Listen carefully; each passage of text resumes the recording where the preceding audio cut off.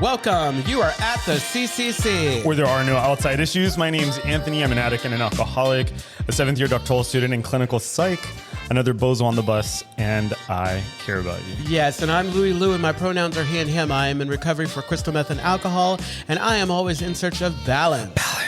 Yes, and each week we will provide and create a brave space where we can engage in conversations around topics of recovery. And our intention is to hold and inspire better spaces for more people in recovery by tackling issues sometimes used to separate us. Yes, but before we do that, please like, share, and rate this episode no matter what you think about it. Rate this episode. Rate it, rate it, rate it. Rate it. Okay. I'm waiting for the music to end. I know, exactly. I was trying to buy some time. I was like, me too. I was ahead. like, I wish Brandon would figure that out. And now the disclosure. The views, thoughts, and opinions expressed on At the CCC are ours alone. We do not represent anyone but ourselves. The material and information shared here is for general information purposes only. In other words, we're just a couple of friends behind a mic here to entertain you. Absolutely. Absolutely. How are you doing? I've been making it a point to ask you because I know it's been like, Because oh my God, I can't believe you asked me. Who warms the sun? What? Okay, so who warms the sun? This is a recovery podcast. Please stop smoking crack before you do this, okay? Who warms the sun? Because the sun gives warmth to everything. So who warms the sun? Anyway, so I thank you for asking how I'm doing. Wow. Wow. I'm doing so. In this moment, I'm very exhausted, but I'm feeling very accomplished. Yeah. I finished up all of my applications. That word popped up, accomplished, because I did it. Yeah, you're feeling very accomplished because of. Go ahead. Yeah, all the stuff. All the interruptions have already started, and they're gonna keep up, and they're gonna keep up because I love Louis. You are love. You love and light. That's what you are.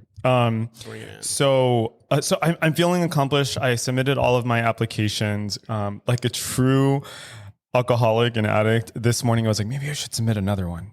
And I was like, you know what? I need to stop. This is done. No more. So I did that yesterday. I looked at my ceiling, kind of mixed emotions, feeling numb and also feeling scared. Cause there's some uncertainty. I don't know what's going to happen next. But I'm really excited for this next phase of my training. And, it's a big deal for me. It's a big deal for my family. Yeah. Thank you for asking. And one other thing I wanted to say, I've been feeling very grateful for the Castro Country Club specifically because it's been this constant throughout all of my schooling from undergrad to grad school, I'm setting up shop and doing things, and recently walking into Brandon's office, to procrastinate. So I'm feeling, grateful, grounded, numb, exhausted, happy.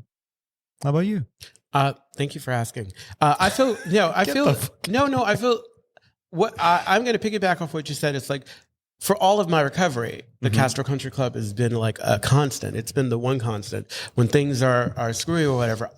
I used to say in the beginning, it was I used to be able to show up here, in the beginning, something that we experience early in recovery. All of a sudden I start to feel better and I want to start to make everything all of a sudden right again. But the truth of it is that, and I've said this a bunch and it's not my thing. You can't walk 100 miles into the forest and turn around and all of a sudden be out. So you sometimes got to sit. You got to sit still. And this was a great place to come and sit still. And so that's the thing that really kind of, and also I learned how to be in community here. I learned how to be around people again. And so that was pretty wonderful. What were you going to say? Louis, how at the gala, I told that beautiful story about how one of my favorite one of my most memorable experiences was first coming to the Castro Country Club, and Louis was behind the register, and it was the first time someone remembered my name and gave me a hug, and and then I go back to the table and Louis was like, "Thank you, but I don't remember that happening." Do you remember that? I was probably trying to hook up. What you doing? You know what? How you doing? It was very meaningful for me. Yeah, it was, here I am. I to this day, it's over 10 years ago and I still think about it. Well, it's it was probably one of those rare moments when I wasn't being a toxic motherfucker because it was a tough time. But no, I'm glad that I listened to it, and I'm really glad because I think that no matter what you're going through, it's you never know how, Absolutely. I agree with you. I absolutely agree with you. Yeah. I absolutely agree with you. Something that I was going to talk about. Okay, so I've been talking about how the people pleasing, the Al-Anon stuff that was popping up or whatever. Okay. It's been rearing its ugly head, and I have to be careful. You know how we talk about this is a bad neighborhood in between these two ears? Yeah. You shouldn't go there alone. Exactly. It's like, especially not at a dark night, because if I'm not careful, if I don't shake myself out of my stinking thinking or whatever, I create these narratives that kind of take me places I don't want to go. And so I'm grateful. I am absolutely grateful that I'm experiencing this now, because the tools of the program, I've been able to kind of take that to where I need to talk about it, process it, not just hold it, not just try to keep it to myself, but to really kind of work through it. My sponsor says it's better to think, to say it out loud rather than to think it in. Yeah. Say it out rather than think it in. Absolutely. So that's it. That's great. I think I really like that we are talking about this on, given today's topic, recovery in the workplace. So we were supposed to do this topic a while back, but things didn't work out. God's will, Yeah, absolutely. You know what I'm saying? So today's topic is recovery in the workplace. I think for many of us, and of course, the other thing I want to remind folks, if you're listening in, always, we're always happy to hear you and your thoughts. So share them with us. So today's topic, recovery in the workplace. So for many of us, I'll speak for myself. Sometimes it's easy for me to like work my program when I'm, say, in a room like at a 12-step meeting, or if I'm adjacent to something that's around a 12-step meeting. But when I get out into the world, sometimes I forget that like I've committed to myself to practice these principles in all of my in all areas of my life. And so recovery in the workplace, I think, a lot of people, I hear people talk about things going on at work, either because of pressure or because of goals for themselves or like ego stepping in. And it's one of these areas where or maybe I shouldn't say but a lot of people tend to forget that, we can work our program around it. The last thing I'll say is like one of the things that I've been talking a lot about with my partner has been like why we're drawn to do the kind of work that we do. And like the thing that keeps coming up in our conversations is like, we have a different employer and that employer is God. And okay, that's it. I'll stop there and we'll go to you. And what were you thinking? No, I was listening. I was just listening. Yeah. I love that idea. Our employer is God. While you were talking, I was thinking the challenge I think that we have is that when we go into these spaces, people are in various understandings of themselves and how they can work with others. And so it's not always easy. I mean, I always go into the best intentions. I am going to be a work among workers. I'm going to cause any grief. I'm going to try to be of service, show up. And then you get to deal with others. And my current job, it was never my plan to go into management. I initially was just going to go there and work because it was going to use it as a means to an end to get to school and what have you. But life shows up in the form of all sorts of things, including the pandemic. And so I ended up taking a different position, mainly because I'm shady and I didn't want this other person to have it because it just wouldn't have made any sense. Yeah. Okay. So recovery in the workplace. Yeah, exactly. So, for me, and we were going to talk about it. I mean, it's just a challenge of making sure that like I stay aware of what's going on. I've been talking with my sponsors about honesty, open-mindedness, and willingness. Being honest, number one, about what I'm feeling about something, being open to hearing somebody's fair critique of what I just said, and having the willingness to kind of make whatever changes that are necessary.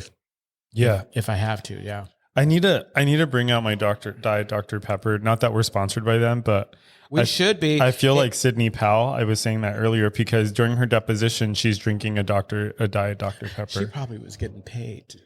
She was like, they're as unethical as they are. She probably was getting paid big time. Well, she's suffering a lot now.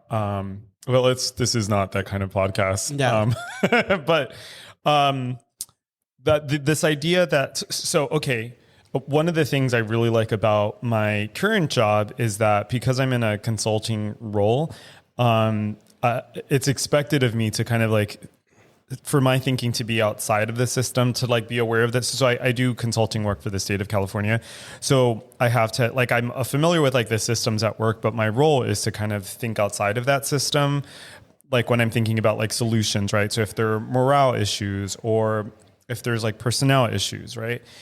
And one of the things that I really like about that is that I've always seen, maybe not always, but the way I see the nature of my work is one, I really do feel like I'm living out my purpose. Like I think this is why I was put on earth.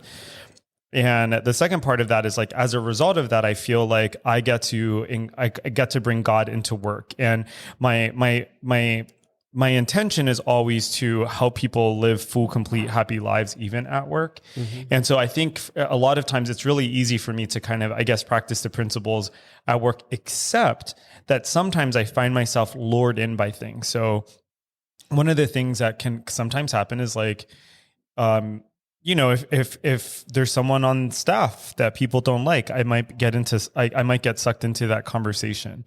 And sometimes it's difficult for me. I don't generally participate in those conversations. I'm more of like a listener.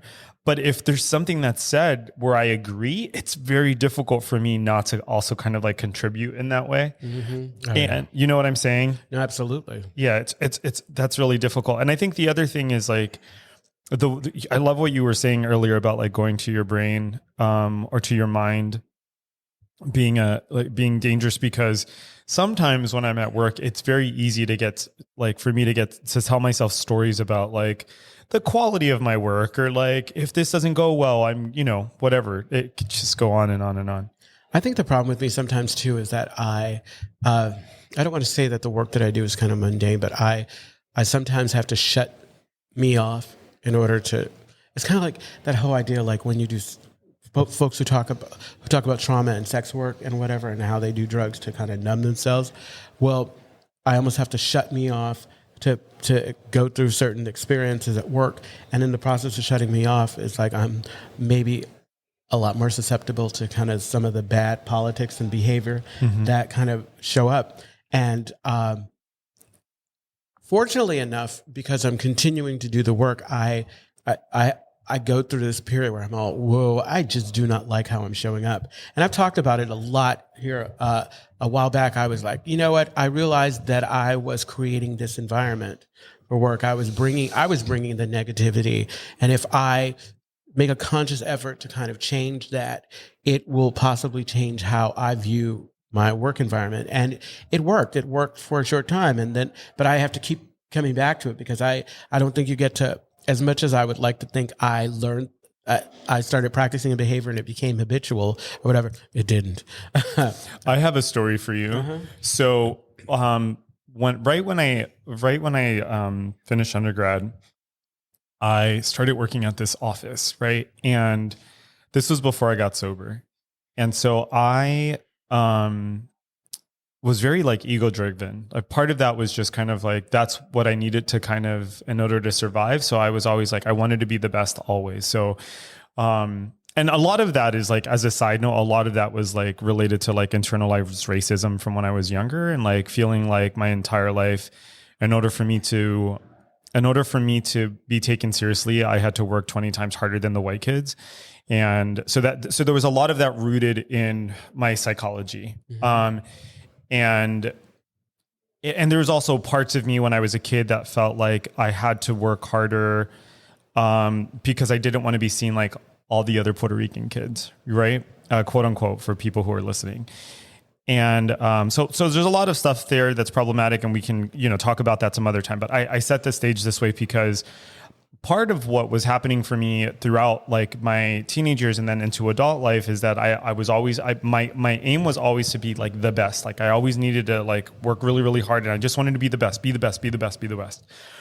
And so it was my first professional gig, and I started working at this office, and that's what my goal was. My goal was like, I'm going to do this really well. And at the time I started to see this new therapist. And at one point I say to the therapist, I'm like, I don't understand why it's like so hostile at work and why people behave the way they do. And she's like, it's you. She's like, it's you. Like she's like, I've been listening and over the last couple months, and you're the one who's created these kind of dynamics between you and your colleagues. And then sure enough, like I checked in with someone and they were like, yeah, like, we don't trust you. It feels like you're always like strategizing and maneuvering. And so much of my ego was wrapped up in at work. And that's like one of the things that I've had to like, that I've grown out of in recovery is this idea that like I am somehow my work, or I'm somehow my work product, and making that about me. Because when I'm in that area, like when I'm using my work product or anything that I'm doing as a reflection of me, then it feels too high stakes. Yeah. You know, and that's it. And not to say that we shouldn't have motivations, but my motivation no longer is to be the best at something. My motivation is to to truly be of service, you know, to live out what I think is my life's purpose, et cetera. But that wasn't easy to get to. No, it's not. It's like, and I think it's tough when like you were able to go and talk to your coworkers and it couldn't have been easy to hear. No, and you know what? And you know what's crazy about that? And it's not like it saved our relationships. Yeah. Like to the day that I left, they didn't trust me. Oh yeah, no, Yeah, exactly. and that I had, you know, I made my bed. I had to lie. It's in like it. when you the hardest thing at work is when you all of a sudden become that person. Like if you're the late person or you're the one who works slow or whatever, it's really hard to change people's opinion. And like some people are just rigid; they're not willing to allow you to grow or to change. Something I was thinking about, like, okay, so you know how I was saying earlier, it's like the certain behaviors had become habitual, but I have changed, and I wasn't giving myself credit for.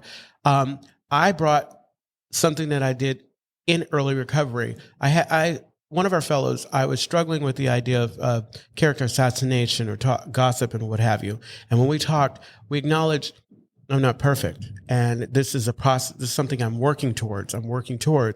And so we talked about being mindful about who I talk to around. Like if I making sure like that I was communicating this, or if I was around folks who understood what I was working towards, not just some random person who walked in because, you know, you can't convey what you need to. I don't know you.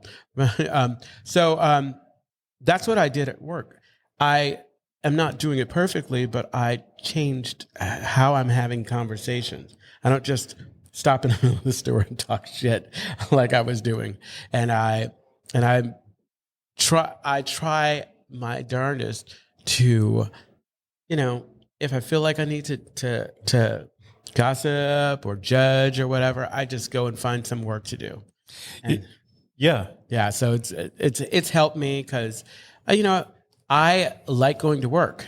I mean, I think that was one of the main motivations for making some changes, because I was like, oh God, I'm not going anywhere anytime soon, and I am not enjoying being here. And so how do I change that, you know? Yeah, I had a job. I was my first like research and insights job a few years ago. And I remember working with this researcher. Anyway, the long and the short of it is that I remember we were talking about like, what is the purpose of a job? And the way I visualized or thought about work is like the goal with work for me has always been like to have a job where I feel like I get to arrive as my complete self, and through my work, do I get to do or like live the kind of life that I want to live. And I'm not talking about like the monetary gain, but I'm talking about like enjoying my life and enjoying my work. And she said to me, she's like, oh, well, I see it differently. She's like, I think work, you know, you take a job that allows for you to have the kind of life you want to have outside of work. And I thought to myself, I was like, oh, I guess that is one approach. That's not for me. You know, Yeah. I can't see myself like muscling through at this point in my life. I can't see myself muscling through something that is like uncomfortable just so that I can maybe have a life that I want outside of that. Like we spend more time at work than we do literally doing anything else. Absolutely.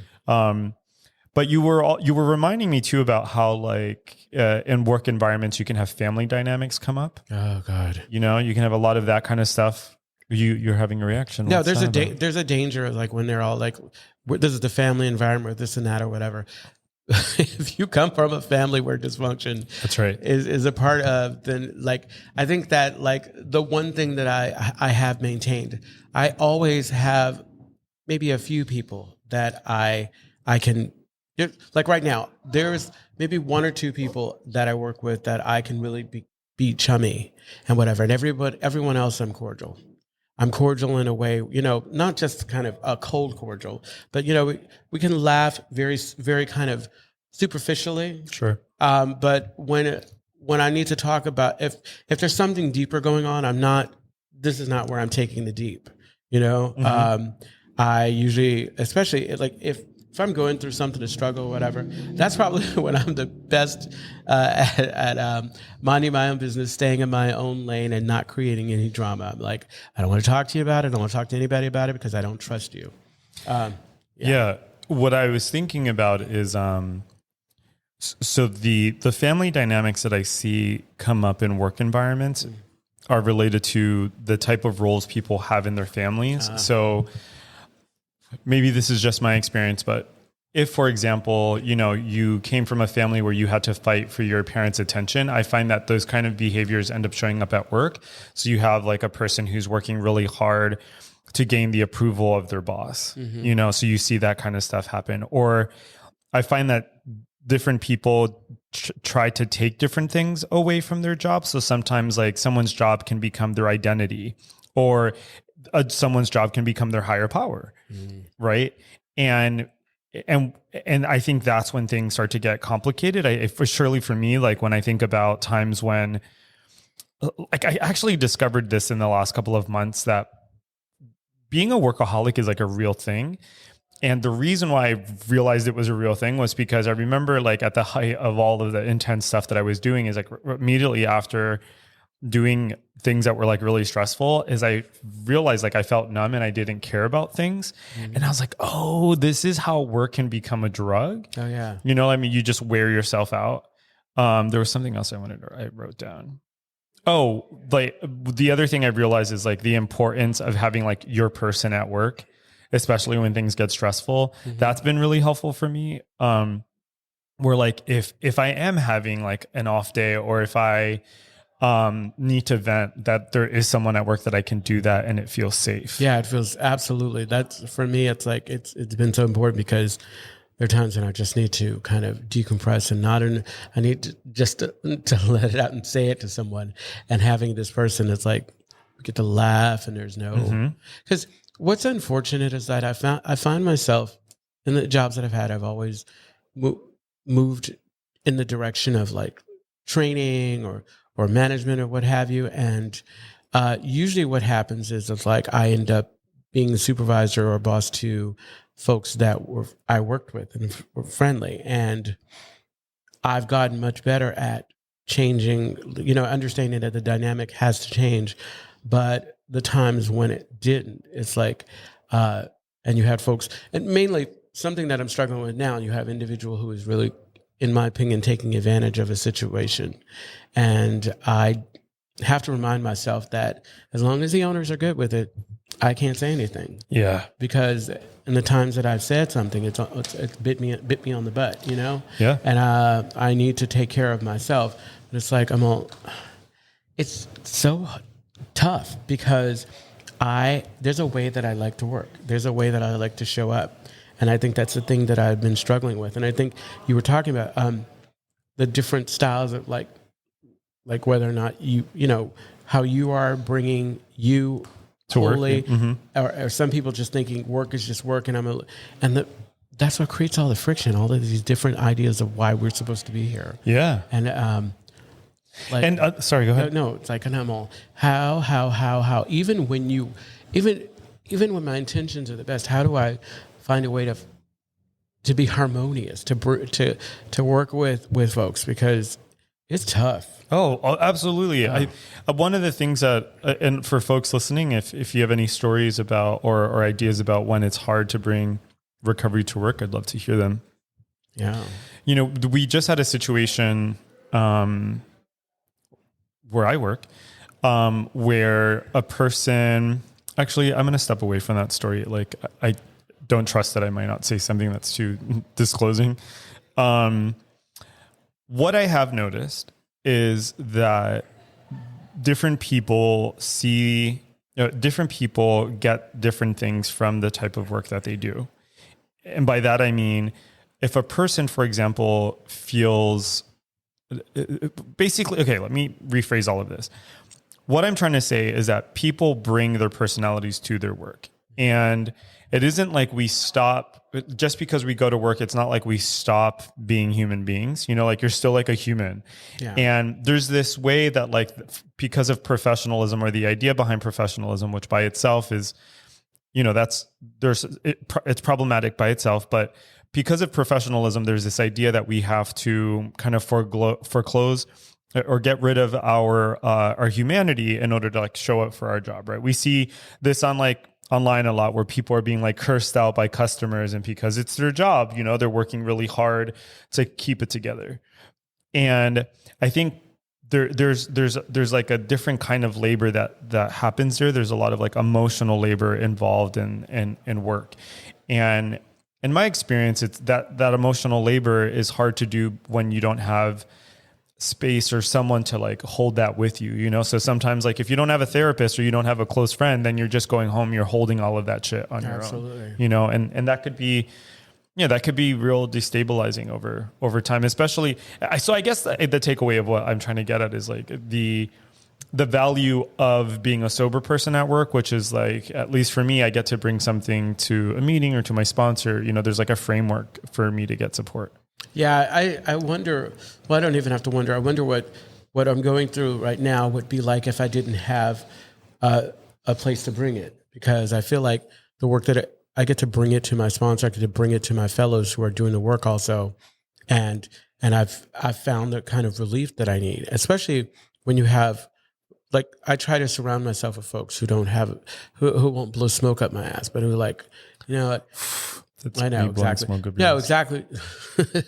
No, but who will give it to you as straight, who are not afraid to kind of maybe offend you, because I'm not interested in having folks in my life that are going to tiptoe around, because that's not going to help me at all.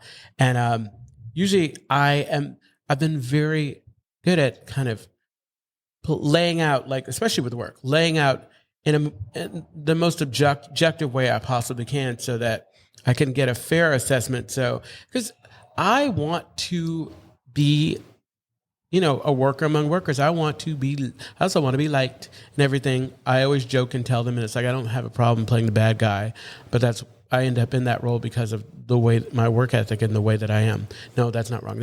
I said my work ethic, and that was a judgment. That was a judgment. What about it was judgmental? Okay, so because what I was thinking about is like, my work ethic, and what was behind that, it was loaded. It's like, I work hard, I show up on time, I do what I need to do, and they don't, you know, and that's something that I struggle with, because I have these little things that I have to say to myself constantly. I can't expect other people to work in my department the way that I work. And just because they're not doing that doesn't mean they're not working hard. People are showing up where they're showing up. And for me, it's like, I can go the whole day and just like on nonstop. I'm like a savant. I see things that always need to be done, so I'm running to do it. And it frustrates me, like when I see folks who are in my department kind of chilling, doing nothing, and I'm like thinking, and then of course, even if I just turn the corner and I don't know what you are doing in that moment, I'm thinking, why are you being so lazy? What's going on? Get your ass to work. Of course, I don't say that because I've just kind of thrown my hands up. That's kind of where I'm at with it. It's like, because in the past, this is something that we can talk about as a Black man. My tone is I'm accused of being snarky. You know, different things, like they're policing my tone. And for me, I feel like I'm working with grown ass people, and I should be able to talk to you if I'm being thoughtful. Just because there was no emotion, just because there was no emotion, it was just flat, doesn't mean that it was cruel or anything. It was just as a matter of fact. And if you can't handle that, I have like, that's the emotional labor that I was talking about. There's a lot here. Oh, absolutely. To talk about. But the thing that's top of mind for me right now is, on my best days, whether it's at work or it's in my interpersonal life or I'm like out in the world, I see my interactions as like expressions of God. And by that, I mean, when I am not trying to control people, places, or things, like I can be at work and I can take a seat back and I could just see things kind of play out and be in awe, and for me, that can be really exciting because then because I'm not trying to control things and I feel like I'm able to see more and I'm able to show up more. So like I can see something going on at work and I'm like, oh, that person's suffering, and it's showing up in this way. Or if I'm out in the world and I'm hearing a share or someone's doing something that bothers me, like I get to have, there can be some grace and some room in that. And I'm saying that on my best days, because on my worst days, I see something or I hear something and I'm like, I fucking hate everyone and I hate the world and why is everything, you know what I mean? Mm-hmm. And it's just not helpful. And I think maybe the last thing I'll say about that is one of the benefits of, I think, being a sober person and going to meetings is that I am regularly hearing that I can't trust how I'm thinking and feeling all the time. Mm-hmm. And for this person, for me, I have to be reminded of that regularly, and I also need to be around spaces or around people where people, I'm tripping because there's a bunch of ideas going through my head, but what I'm thinking of is when I'm hearing someone struggle and I'm not in myself, I can see like somebody else's life play out. And then like when I come to the club, for example, I'm pointing over here because I sit over in the other room. When I come to the club, for example, and like you start to overhear all of these different conversations. And when you're around long enough, they're the same conversations. Yeah, absolutely. Yeah. Like in the last couple of weeks, I've heard conversations about people struggling with like weight issues and body image issues. And they're angry at someone and they hate work and and if you sit there, it's literally like the same conversations happening over and over and over again. And, what I love about that is like, I can relate to all of that. Yeah, exactly. But because I'm taking a seat back and I'm just watching like life play out, I'm like, oh wow, like I'm literally just like a human. Mm-hmm. We're all having this like human experience. And I think the thing that gets us in trouble, or what gets me in trouble, is when I think that my experiences are somehow so unique that no one else can relate to them. Absolutely. Including when I'm at work. We have a comment. Let's hear it. Oh, Anka. It is difficult when there are people who show up as slacker and there's no accountability. Yes. It really does affect morale at work. I tell myself I'm just going to put my head down and focus on what I need to do, but it does affect how I feel about the work culture. Absolutely. That is something that I struggle with a lot. Yeah, that's relatable. And I think for me, like this is one of those situations where. Thank you, Anka. Thank you, Anka. It was also really good to see you the other day. But I know, I walked in and I saw you guys talking. I was jealous. I'm all, what's going on? It's like, is she going to be co-hosting this? We were having so she's doing very similar work. She's also a therapist in training. So we were talking about epigenetics. It was a really cool conversation. So, I love that epigenetics. Epigenetics, yeah, it's the gene, like expression of genes in relation to the environment. We can talk about that some other day. Thanks. Yeah, but what I was thinking about is I totally forgot. Fuck. No, my brain. Can you pull that back up so we can? I remember now. Okay, good. Perfect. Thank you. Yeah. So like this is an example of when I ask myself, okay, like if I'm working step 3, right? And someone is slacking at work. Okay. Like for me, I have to ask myself like, okay, so what? Like, what am I going to do? Like, do I tell on that person? Do I have a conversation with that person? There's so many different ways of cutting that pie, slicing that pie. And that's difficult because sometimes it feels like something's being done to me, like, oh, I'm having to pick up this person's slack. Isn't it always? It's like, yeah. And I'm like, but what if, sometimes, most of the time, again, on my good days, I ask myself, what if this is exactly the way it's supposed to be? Oh, yeah. Like, what if this is, maybe there's something here for me, like one of the things that I've been, a muscle I've been exercising over the last couple of years is trying to love intentionally, like not allow for love to be this passive thing, but to be something that I exercise. So in moments when I don't like a person, place, or thing, actively looking for like, what is the thing here that I can love? And sometimes it might just be like, I just love that this is a person that I'm existing with in this room right now. I know that sounds really woo woo. It's hard to explain, but do you get what I'm saying? No, it doesn't. Sometimes I can do that, but like a lot of times not. That's right. Yeah. Like, no, you said earlier, I think that the reason why I haven't lost it and just quit my job is because there are more times, like we're talking about this and I'm talking about some of the extremes, but I think that that is not that's not the norm. The norm is most of the time I have those moments where I can look back and I see how things work. Like I see folks working and showing up and doing what they're doing. And it's those times when I'm not spiritually fit that, and it's almost like those moments, you know how life is where the ones who are so negative are the loudest. It's like, I only remember those few moments. It's like, I think this is a great, you can't see the beauty of the forest for the ugliness of some of the trees. Like it says in the book, there are some of the trees that bug me. And so I'm missing out on an opportunity to see just how everybody's working together. Because like at my job, like it's not one of those places where just anybody can do everything. Like we all have areas that we specialize in so that we can come together. Because I really believe that if you know a little bit about everything, you don't know a lot about a lot. And so I practice staying in my lane as much as I can. I think that what makes it difficult is that I'm management. And so I have occasionally I have to kind of, I blend in. I can't just focus on my one area. Right. Yeah, I know. I also feel like I need to stress or say out loud. Do we have a comment?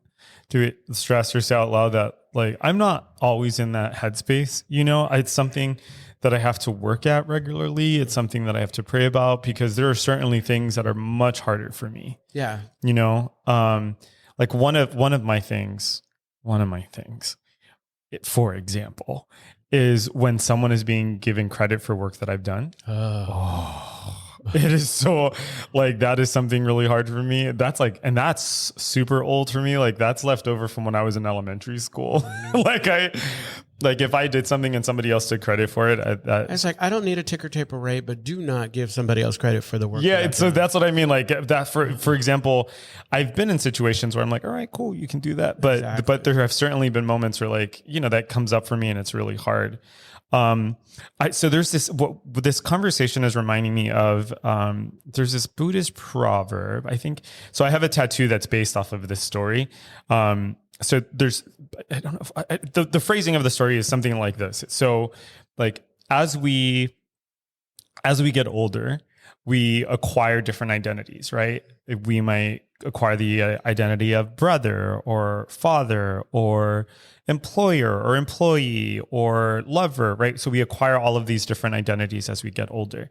And the identities are a lot like feathers, right? Some feathers are beautiful and we want to hold them closer. Some of them are not so flattering. They're ugly, so we try to hold them farther away, right? And the moral of the story is that the mistake that we made is in believing that who we are, that our identity is the feather itself, when really our identity, the person we are, is the space that keeps all of those feathers afloat. And I think that when we're talking about work or we're talking about recovery, or we're talking about God, for example, like that's the space between all of that. Like, who are we at work and who are we when we're talking to other people?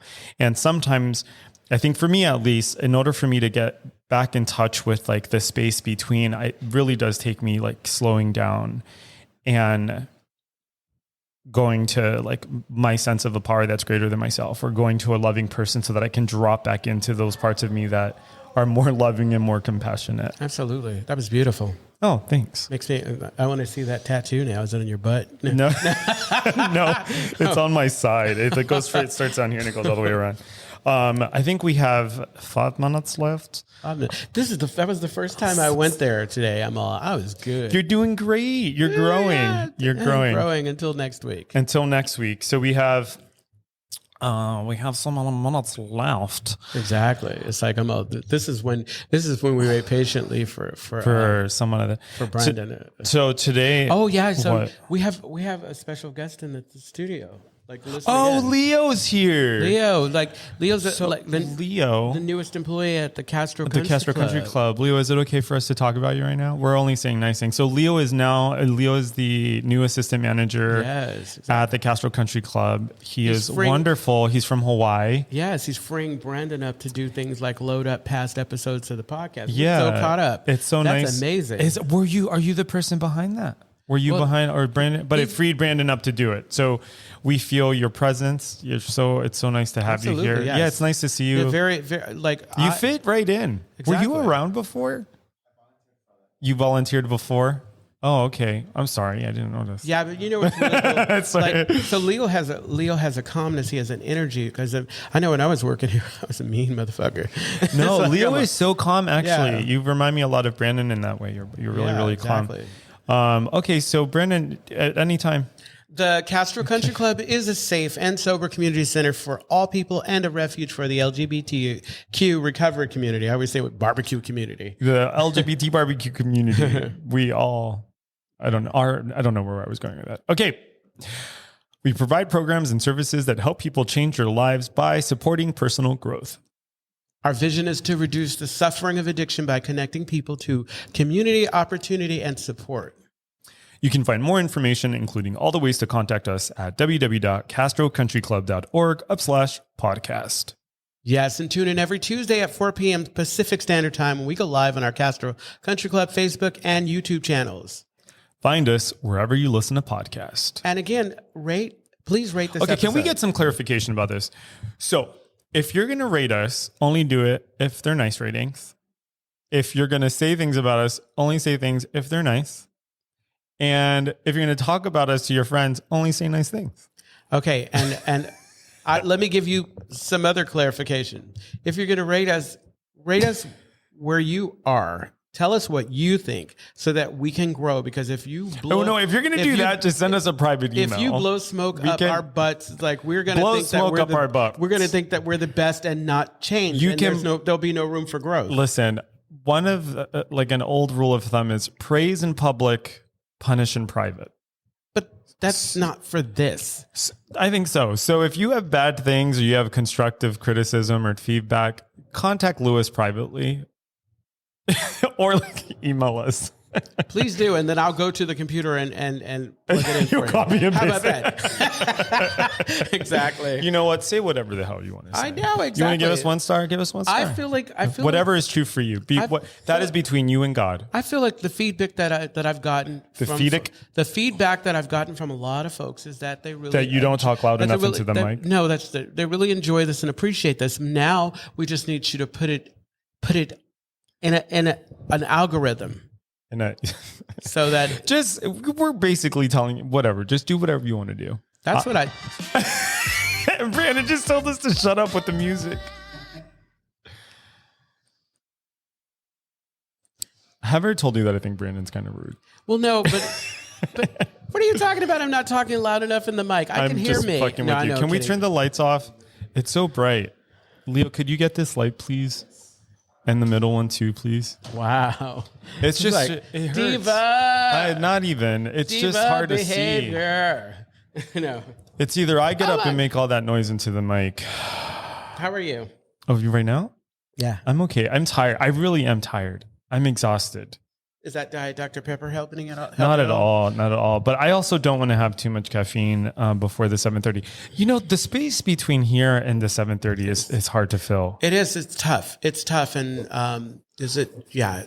And I live really close by, and even I still have the problem where if you go home, you're not going to come back out. Yeah. And especially with the 7:30, my commitment is only once a month, so I'm all, But I have to go tonight because I left the Sunday meeting early because I was having a tough day. I was like the big meeting.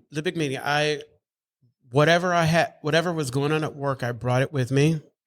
And sometimes I can kick it there. You know, I'm so happy to see folks. Yeah. But I couldn't. It wasn't going anywhere. And then on top of that, I have a commitment where I do chips, and somehow the pom-poms were either thrown out or someone maliciously threw them out. No. So whatever. It's like, and it wasn't cute. And then I was looking around at everybody and they were bubbly and everything. And I was annoyed. And so I went up to the speaker. Nora was speaking and I'm all, sweetheart. I'm sorry. I didn't say sweetheart but I'm all, I love you, but I'm going to go. I decided to take care of myself. I went home and Which Nora? The one with the baby? Yeah. Oh. And I went home and I just decompressed. And it was the best thing. It was like self-care for me. Yeah. I'm sorry if someone threw out the pom-poms. That's okay. dumb. It's like, I'm all, you know what? I think that like in that moment, I think if whatever I brought with me from work, if I didn't had, I probably would have been able to see it just how it was. I feel like it could have very well been because the week before the premises inspector came up after the meeting and reminded me that we needed to make sure we put the chips and things away. And so it may have been that the things weren't put away. And the best way sometimes to put things away is to toss them in the garbage can.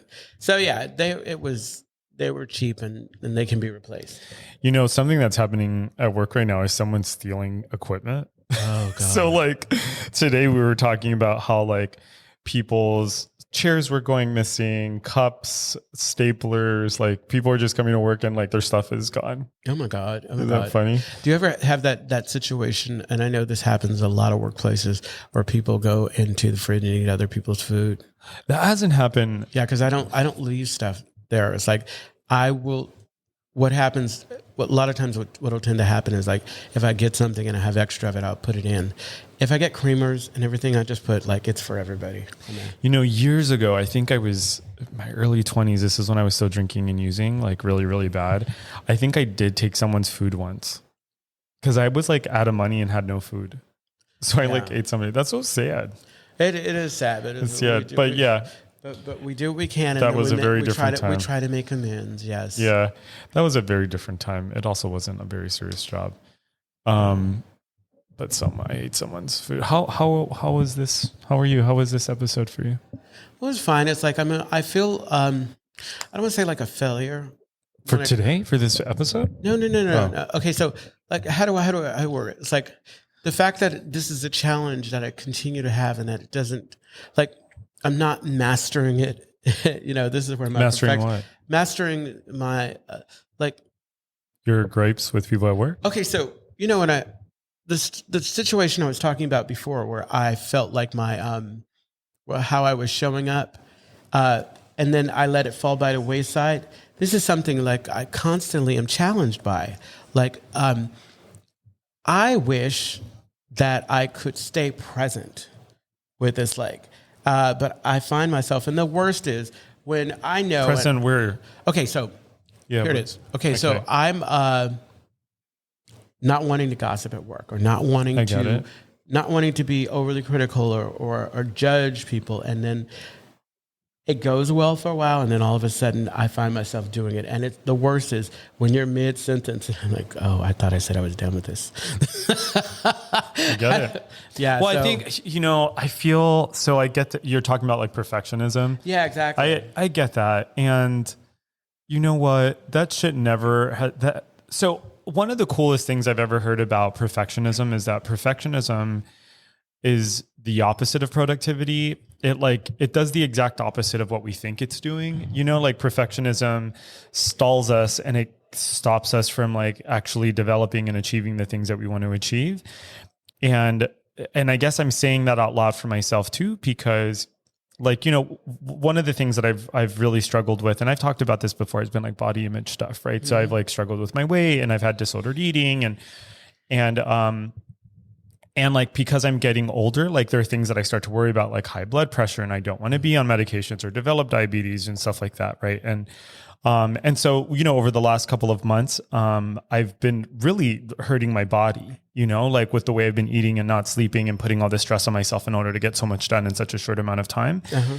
And, I do myself no favors by thinking, by like trying to get my life to be linear. Like things don't work that way. That hasn't been my experience, Like maybe there are some people out there who they're able to be very disciplined about like everything in their lives, and everything just kind of adds up, kind of like math, but that hasn't worked for me. And I find that whenever like my perfectionism shows up around anything, I just like end up beating myself up over shit. Yeah. It's just not, I think it good was, for me. But how earlier I was talking about, you started talking about family dynamics or whatever. And the dynamic was, when you become that person at work, like if I'm the late person all the time, well, there's a part of me that doesn't want to be seen as the mean person, but it's mine. It's mine. What's yours? Like it's mine, because we haven't changed. Like all of the employees that we have working there now, they've been working there. We haven't gotten any new people in, so I don't have an opportunity to show up in a different way for other people. So basically, like I don't know. It's like, that's such an interesting. Can I respond to that? Yeah, please do. So let me understand you correctly. So you're saying I can't show up differently to work because there aren't any new people for me to show up new for? Well, because like, how we're talking about, all of a sudden people see you that way and they're rigid in their thinking and they won't allow, like as much as like they won't let you grow. Yeah. They won't let me, like, they won't allow me to step out of that. Like, cause it's that thing where it's like, and it might be that like because I'm not interested in building any deeper connections or relationships with certain people, they've just are settled. I don't know. That's weird. Gosh, I mean, can I respond to that directly? Absolutely. Please. So this is interesting because it does remind me of family, because I think with families, I think there's a lot of tension when people feel like they're stuck. So for example, if a person goes back home and, they've grown, they're an adult, but their family is still treating them the way they did when they were a kid. That's very difficult. And part of the growing pain there, in my opinion, at least this has been my experience, is that's when I have to establish boundaries, or I have to hold my own lines, right? So, I've shared for example before about how there was like the one time I went back home and my aunt like yelled at me at a party in front of a bunch of people, and I had to go up to her. And it was the first time in my life I'd ever spoken to anyone in my family this way, where I said, please don't talk to me that way. And I just repeated, like, please don't talk to me that way. And, the dynamics with my family have changed significantly. And so when I hear about your situation, it makes me wonder, like, what kind of tension comes up for you if, for example, someone's trying to gossip with you and you were to say, like, I'm actually trying not to gossip these days, or, like, I'm not, et cetera. Well, I think, like I said, it's like, I think that there are only certain people that I will participate in. And there's some people I just don't even go up to anymore because of lack of trust, lack. Of course. Yeah. So it's like, but I think that I haven't tried it because I'm super comfortable with the individuals. Yeah, of course. Yeah. The other thing I was going to... And maybe that's the perfectionism too, which is like, maybe there is nothing that you need to change. Yeah. Maybe everything's fine. Yeah. I think that, God, I forgot my thought, but that's okay. It's okay. It happens to me too. Yeah, no, exactly. It's like, it had to do with being locked in kind of this and people allowing you to kind of grow out of it. Can I go ahead? Can I interrupt you? Yeah. One of my favorite things that happened with the person who we were, the picture that you're showing me of it's also a mutual friend of Brandon's. One of my favorite interactions that I ever had with him was, I think it was last year, and I was having trouble figuring out how to relate to this person because they behave in ways that like I really don't. And so one of the ways that they can be kind of like catty and mean and like, and so I'm like, okay, I guess we can do that. I guess like that's the only way I know how. Otherwise, anyway, very long story short. One day, I did that with him, and he said to me, Anthony, I'm really trying to have more positive interactions with people in my life these days. So like, maybe we can relate to each other differently. And I was like, what? Like I was so, I was like, oh wow. I was like, whoa, that's so cool. I mean, they still act like that to this day. Oh, absolutely. But absolutely, like, yeah. But I appreciated that. I appreciated that someone was saying, hey, and it was like maybe one of the first times I've ever seen someone talk that way. But, it is funny because here we are years later and they're actually like maybe 20 times that these days, they're 20 times maybe worse than basically what I've noticed is that they've kind of have gone back on their own thing. Oh yeah, no, but exactly. whatever, not, progress, not perfection, I suppose. And that's between him and himself and his higher power. And his higher power. Absolutely. Absolutely. Well, you know what? Leaving this conversation, what I will tell you. What will you tell me? No, I'm going to tell you. No, I'm looking forward to work tomorrow. I love that. So that's a good thing. I think that I realize that I have been showing up, and as much as I want to say that I let certain things fall to the wayside, it's not true. It's just not true. I believe that, when we're talking about this, is being aware of it is a good thing. Having awareness and wanting to improve and be better is a good thing. And so I get to kind of show up like I'm a human in this struggle to be human, and it's not always easy, and I get to try and be better at it tomorrow. Yeah. And it's, like I was saying earlier, and I think by extension, it's like on our best days, we can see each other's humanity. On our best days, can we make room for each other? Not just you and me. I mean, generally people. I think it's really magical when we can see that stuff happen. And one of the things I appreciate that I hear about here in the rooms a lot is luckily we're not all sick on the same day. That is a beautiful thing. Luckily we're not all sick on the same day. And, at least living in San Francisco or being at the club, for example, we get to see people at the club, at the Castro Country Club.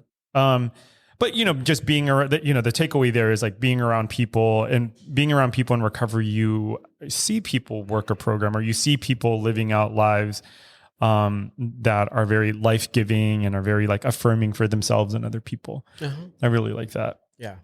Which is why, it's important for me not to stay home all the time and not to, I'm just reminded all over again about why, we do fellowship and why we go to meetings and we, because it's a scary place inside of our head sometimes. Oh God, yes. Especially when we're at work. Mm-hmm. All right. I think that's it. I think we say bye. Brandon has toned out. Leo is on his phone. Yeah, they're over it. I saw them whispering back and forth. I know, they were like, these motherfuckers. What are they talking about? I don't know.